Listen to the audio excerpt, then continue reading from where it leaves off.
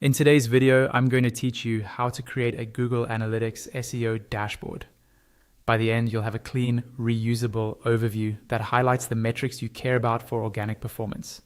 First, open Google Analytics and head to the reports area from the home screen. Make sure you're in the correct property and that you're using the latest interface. This is where all your curated reports live and where we'll assemble an SEO-focused view. Inside reports, look for library in the left-hand sidebar. The library is the workspace for building and organizing reports. If you don't see it, you may need editor or administrator permissions, so check with your account owner. Once you're in, choose the option to create a new report. Select Create Overview Report.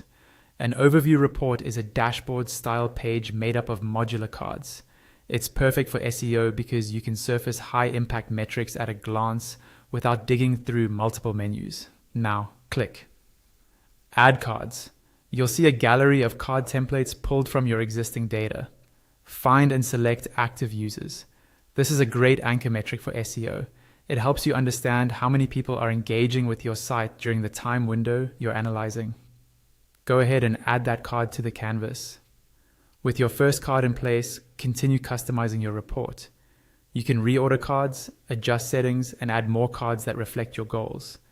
For an SEO snapshot, consider metrics that relate to user engagement and acquisition. Keep your layout simple and scannable. Group similar metrics together so patterns are easy to spot. Remember, you can fine-tune the date range and comparisons at the top of the report after you save. When you're happy with the initial layout, click Save.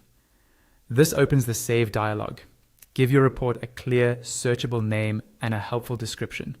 For example, include the property or brand name and the report's purpose, like SEO overview, and a short note about the primary metrics it contains. Good naming makes it easy for teammates to find and understand the report later. Click Save again to confirm and create the report. Google Analytics will store it in your library so you can access it anytime. Finally, click back to review your new report. Make sure the cards load as expected, confirm the date range matches your analysis window, and scan for any adjustments you might want to make next time.